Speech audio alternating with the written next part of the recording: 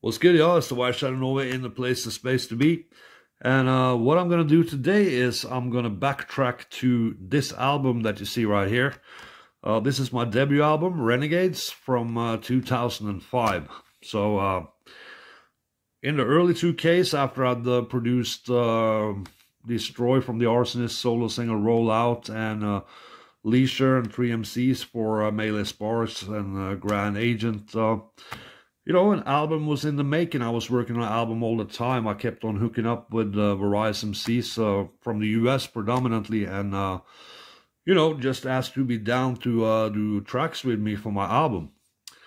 So after a few years of working on that, I probably started doing this album around 2000, but it was released in 2005, so it took a really long time, and most of that was because I dealt with various labels trying to get them to put it out. Well, the first I got in touch with back then was like the biggest hip-hop indie label was Ruckus Records.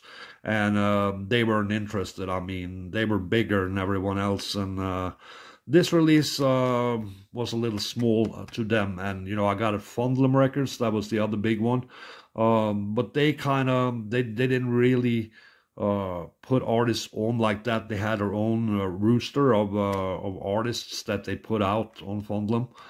So that didn't happen, and the other biggest labels like indie labels back then on the East Coast, like Hydra and True Criminal and stuff, they did business kind of the same way as Fondlem Records.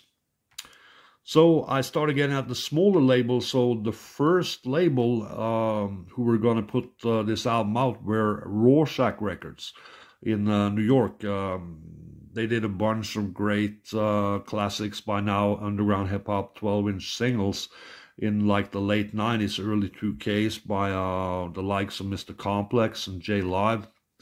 Did a spin on the beats and those guys. So, we were negotiating. We were talking about dropping my album. But then, as most of these hip-hop indie labels that were big in the mid to late 90s, Rorschach and pretty much everyone else went out of business because of the internet. I mean, people started getting, high-speed internet, and downloading music was on the rise, legal or illegal, mostly illegal back then, but it killed the labels. It really did. They couldn't sell records anymore. They couldn't move as many units on vinyl and stuff because people were just downloading for free. So most of the hip-hop indie labels that were big in the 90s, they depended on people, of course, actually buying their music. So they went out of business one by one. So I dealt with Rorschach. I dealt with another label on the West Coast called Stray Records. It was a small but dope label. I dealt with Bomb Hip Hop, who put out the Return of the DJ compilations. Who else? There was a label in, I think it was called Silent Records. I'm not sure about the name now. It's a long time ago, you see, but they were in Detroit. They were affiliated with Eminem and Royce the 5'9" and D12 and all them dudes out in Detroit. So I dealt with various labels. I even had a deal with one label, but then they went out of business. So my album was shelved. So it wasn't released, and it was really frustrating. Actually, the title of this one, before Renegades, it was Let It Be Known. And it was a little different. It had a few other songs. There's just one song on that original version that hasn't been leaked or released on another album now, this one or other albums. And that was, like I said in the last video, Copenhagen Mic Pros, featuring some of the best MCs from Denmark, but it probably come out in one way or another after a while. So yeah, it took me a long time, man, because of all that label business, and everybody was just going out of business. I was working with my peoples from Milwaukee and Minneapolis. What's up, Strange Brew, and also the Pista Man, featuring my man Bobby Brewski and my man Shampista. There, I did a couple of albums for them while I worked on this as well. So that was like 3 albums made within a year or something like that. And we also tried to get it signed to different labels. Like I remember we had some going on with Ill Boogie, Ill Boogie Records. They put out a lot of dope boom bap in like the late 90s, but they went out of business too, like everyone else. And the final deals the labels had were so bad. I'm not gonna out them or diss or diss them or anything like that. But the label deals from those hip hop indies right before they went out of business were so bad. There was no way that nobody could sign deals like that, and then they went out of business. So I was like, okay, I got a budget, you know, and I worked hard on this album, on these songs. So what I'm gonna do is I'm going to chip in, and like the EP, I'm going to release it myself. So that's what I did. I borrowed some money from family and stuff, and then I had some savings, and I put that in to get it released. And as you can see here, it's both the CD and the vinyl. I'll talk about the vinyl later, because at first I only dropped the CD, and this is a reissue, by the way. I have the original too, but it's pretty much the same cover artwork. So this is a newer version that was out. So let me go through the songs here, and you know, I'll just talk about them a little bit. Maybe I'll drop some, maybe I'll sample snitch a little on myself, maybe not, and I'll talk some about how I hooked up with a featured artist and everything. First up is Renegades intro. That's like it says, it's introduction track with me on the scratch and on the cuts. So what I did there, I made like a rhymes. I made like a verse, like a long verse with cuts from different records, but I made a lot of them rhyme, and I had some scratch solo stuff in. It was like a turntablist intro, that one, on like a tight boom bap beat with samples from an arcade game. I don't remember what it was right now, but that's what it was anyway. Then the opening banger, Action, featuring Superstition and Rax One. Superstition, of course, from North Carolina. We had a mutual friend who hooked us up, and we talked about doing some tracks, and that led to him doing a verse for this opening banger for my debut album. And I did the intro for his Chain Letters album, plus I did scratching on a track called 100%. Tracks he was working on with producer Illmind back then. Illmind is doing big things. He's won several Grammys and stuff. So you know, top-notch producer there, Illmind. But back then, yeah, we worked together on Action Day with Superstition. Definitely one of North Carolina's finest MCs. He kind of came from that same as Little Brother. I don't know if they were crew directly, but I know they know each other and stuff like that. And he brought his friend Rax One along, who is really dope on the mic too. The beat there is like real stabby, choppy, your typical underground street banger that was perfect to start up this album with.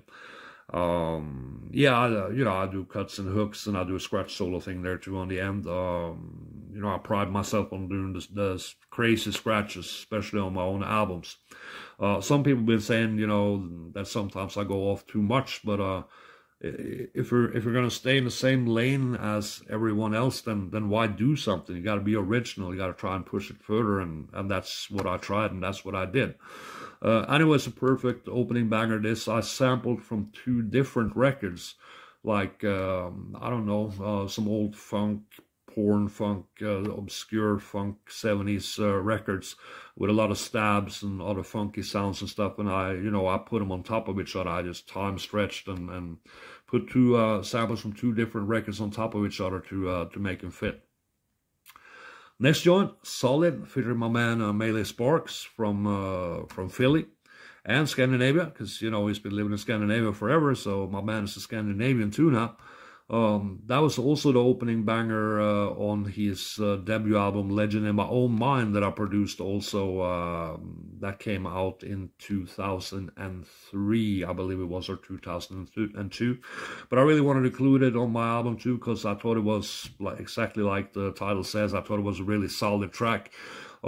This was recorded at my my house too in Yellow, Norway, and yeah, Melee, he visited me, and we worked on his album and recorded a bunch of tracks and stuff like that.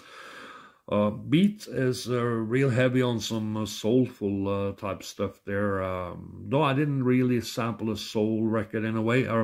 It was a B-side of, I think I've showed it before in the SP1200 video on YouTube. You can check that out, the Making Up Solid. Yeah, I sampled from the B-side of like a 80s funky boogie record. early 80s boogie record from Chicago. That's all I'm going to say, but it has this ballad on the B-side with some tight samples on it that I used for Solid. And of course, you know, some tight boom bap beats and stuff like that. Next up, Hip Hop Is Me, featuring Infinito 2017 from Chicago. He's one of the artists I hooked up with. I bought one of his albums, and the album cover had an email address on it. So he's one of the artists I hit up. I mean, I hit up everyone in the underground when I was making this album, just to hook up with MCs who might be down to do verses for me. And he was one of the people who hit me back, and that led to several tracks on this album. And we did a full album together too, called Next Universe. Classic Regulations was the title of the album, but Next Universe was the name of our group for that album. So yeah, man, dope MC, good guy from Chicago there, Infinito 2017, aka Marcellus Lovelace. So Hip Hop Is Me is your basic hip hop banger, no bullshit, no nonsense banger right there, and I sampled the piano from a horror movie soundtrack. That's all I'm a snitch on that, man. No more, no less. Next up, No Sellout, featuring Mike Styles and the Peaceman. Mike Styles, he did records on Brick Records. He put out records on Brick Records. I think they came out of Boston. And the Peaceman was my peoples from Milwaukee, JB and Aaron Wade and Shampista and Bobby Brew, that I did a full album for, like I said. So they're featured on this song right here, which is a true hip-hop banger, and it's about selling out and stuff like that. No Sellout. This was the first music video I ever made of a song of mine, and back then it was made in the early 2000s. And back then we the programs and the equipment to make videos, it was so bad and it took so long. Computers were so slow. I spent like every day for a month making that video, putting it together from like photos and stuff like that, because I mean it was the most advanced stuff you could do back then. So it's really developed a lot in a very short time. But the videos on YouTube, you can just search for it and check it out. But it's really amateurish.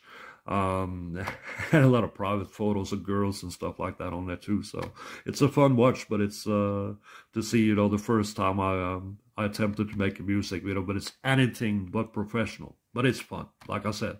Track's dope though, No Sellout.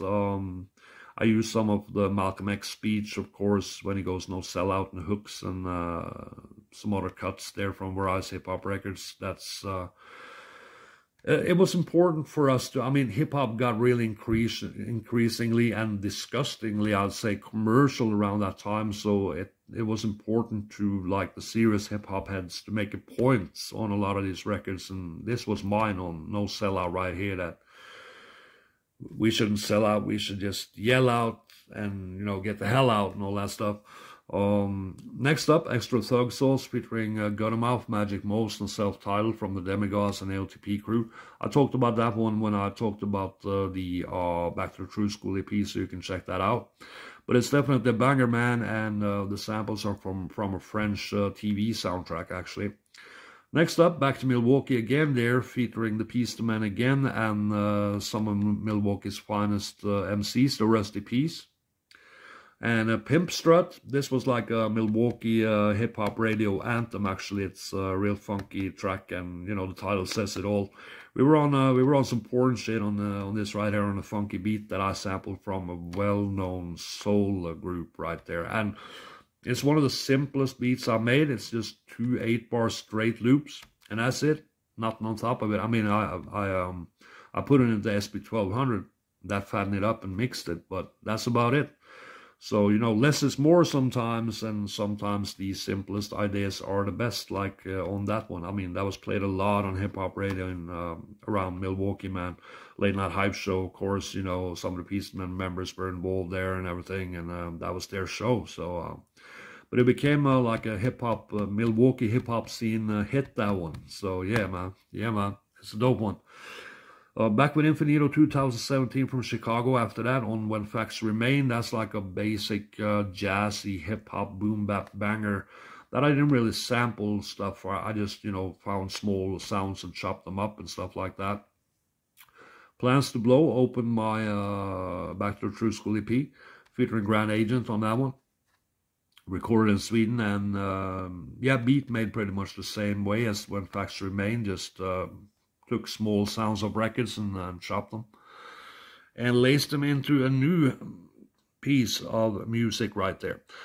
Next up, rollout number 2, Rough Original. That's just what it is. This is the original version that was recorded in Oslo, and not the version that d-stroy ended up putting out, because I mean, he used it as his solo single. So this is like the Rough Original, also featuring Great Scott from the Arsonists crew. Fun times in the studio in Oslo back then in 2000. So it took some time for this original version to be released too. Next up, back to Milwaukee for Strange Brew, and also featuring Wordsworth of EMC on this one. You know, of course, he's down with Master Ace and everything. And also like a real solid battle MC, back when battling was big, like in the late 90s on the Lyricist Lounge scene in New York and everything there. It's a dope, kind of like a happy banger, this one, for the people.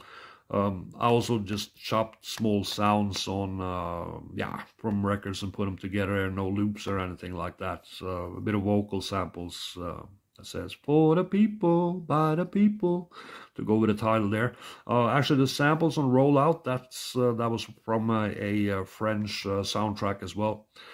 Next up is the J-Zone remix of Extra Thug Sauce. Of course, the same as the original, but just remixed by J-Zone with a new beat and everything. That's dope. And quirky and typical J-Zone. J-Zone was my favorite producer around that time. I thought he was, the records he put out, like Music for Tu Madre and A Bottle of Whoop Ass especially, were genius hip-hop productions. So I had to try and hook up with him to, I actually wanted him to kick a verse, but he wasn't doing that at the time. Because he was working with Self-Titled on the Boss Hog Barbarian stuff too, so they were busy doing that, and he was doing his solo joints, and so was Self. And they started working on the AOTP Armored Pharaoh stuff, Self did.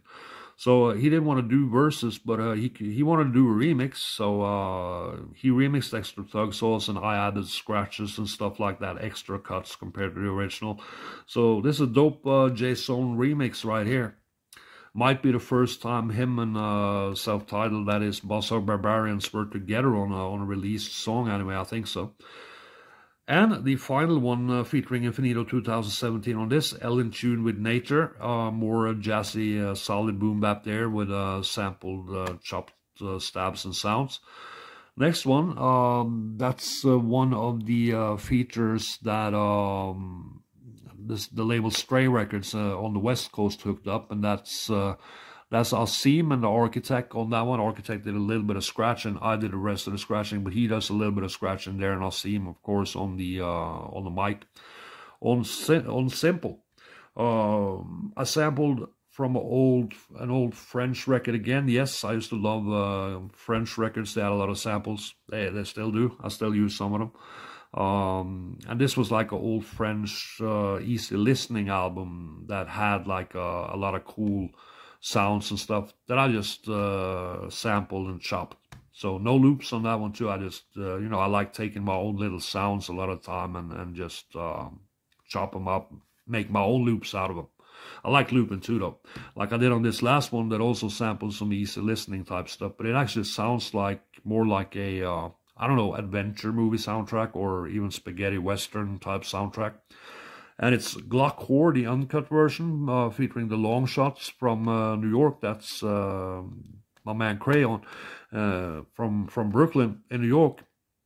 And they were doing big things at the time. They had their own records too, produced by Diddy Premier and Ayatollah, among others. And they had a couple of underground hits back then. And they released an album too that was really good, and I believe Glock Whore the original version might have been on that album. I'm not sure, or we had another beat for it, so I remixed this. But anyway, it's a really hardcore track with some super heavy drums to finish my debut album off. Let's see here, skits by Bobby Brewski, it says here, my man Bobby Brew from Milwaukee, coming with a XXX rated drunken skits on this one. That's super glue between the tracks, you know, in a fun way. All beats, cuts, production, mix and mastering by who? By me. That's pictured here. The White Shadow Norway for Uncut Productions, my label. Except with that star, that's the J-Zone remix, and Extra Thug Sauce, the original. The remix mixed by Self-Titled and J-Zone at the Chrome Depot. Special thanks, family, Phobia, AK, Advibe, The Peace Man, Late Night Hype Show, the Milwaukee, Minneapolis, Chicago, New York, New Jersey, North Carolina, Boston, Philly, California, Florida, West Coast, and Norway underground hip-hop scenes. So that's people I dealt with from all those places then to get the album made and released back then. Big ups to everyone involved. Let me see, and Norway underground scenes, yes, and all the MCs featured on this album. Big ups to all y'all too. Peace and respect. Dedicated to my cousin Linda, R.I.P. She unfortunately died in a car accident at only 24 years old. So rest in power to my cousin Linda. Anyway, I'm opening it up here, man. See if I can do that one-handed so we can check it out inside. I got the same as the back here and the label over here. Artwork and label were made by my man from Belgium, Wolf, from platform8470.com. He did a lot of my early covers anyway, and yeah, great style on the artworks there from my man Wolf. And as you can see, this is a reissue, but the original was released in 2005. Then I dropped the vinyl a little later, actually not until 2020, and this was very, very limited because I did Kunaki vinyls. Kunaki is like a service where you can press up single records. So, you know, at my own budget, that was the only thing I could afford. So I'm still looking for a proper deal to get all my albums, or maybe a best of compilation or something released on vinyl by a proper label. But I did this very limited edition, so if you have this one, you're lucky. This is already rare, and I'm not printing them up anymore because the quality on the Kunaki vinyl was usually good, but sometimes not so, and the customers had to pay a lot for these records because they're very expensive. They're expensive to press, so when they weren't secured top-notch quality either, then I had to stop doing them, and I did very, very few. I think this is the one that's that sold the most, actually. I think it might be 10 copies, but might not even be that much. So, you know, rare stuff indeed, man. Come back in 20 years when people really collect the later underground stuff, or maybe in 10 years from now, or even now, you got collectors of that, then this album will be a rare gem. So it's a shortened version to fit on a single vinyl. So as you can see, these are the songs I got here. It's Renegades, the intro. Action, Hip Hop Is Me, No Sellout, and Pimp Strut on the A side. And then on the B side, yeah, I got When Facts Remain, Ellen Tune with Nature, and Simple, and Glockhor. Just a basic black and white cover back here. Let me see if I can pull it out and show you the vinyl though. Okay, if I put my phone down for just a second, I can do that. I can do that, man. I'll pull it out of here. I'll show you the actual vinyl, and we're back. Yes, this is what it looks like right here. And a good quality on this, man. I was lucky with the copies I got anyway, but when I was responsible for sending them to other people, I didn't dare take a risk, and you can't press big volumes at Kunaki. But it was a way to get vinyl editions of my albums anyway. As you can see, that's the same label as the cover here. But on the other side, I changed the colors around from red to blue. I usually did that on the vinyl versions of all my albums, and I'll talk more about them later. This album did well in the hip-hop underground. It was a top 10 album on undergroundhiphop.com, which was the biggest online hip-hop store back then. And it also did well on Sandbox Automatic, that were still in business, and also hiphopsite.com. They all sold this album on CD when it came out. And of course, I was mighty proud and mighty happy on my first album, and it was starting to dawn on me that just maybe sometime in the future I could, since I already managed to hook up with so many MCs from the US, and mostly just through the internet. I mean, I met some people in real life, but most were internet hookups, online hookups. So, you know, I started believing that maybe, you know, I could push that even further. But I'll talk about that when I flash back to my later albums. I'm the White Shadow Norway, and I hope you enjoyed this going back into time to my debut album Renegades, the 2005 video. The vinyl is no longer available, like I said, but the CD, you can go to my Discogs and cop this. I got a few originals left. They are not reissues. Those are the original pressings. And yeah, they're pricey at 40 euros, but I only have a small stack, so that's it. But if you need it, I will put the link to cop it down there. All right, man. Hope you enjoyed this video. I'm the White Shadow Norway, and I'll be back with more later. And y'all have a continuous good week. All right. Renegades, yeah, that was based on Africa Bambaataa and the Soul Sonic Forces 12-inch single Renegades of Funk. You know, because I was a Zulu back then, I was in Zulu Nation, so that was me paying respect to them with Renegades of Funk. Renegades of underground hip-hop too. White Shadow Norway, signing off, man. Catch y'all later. Peace, y'all.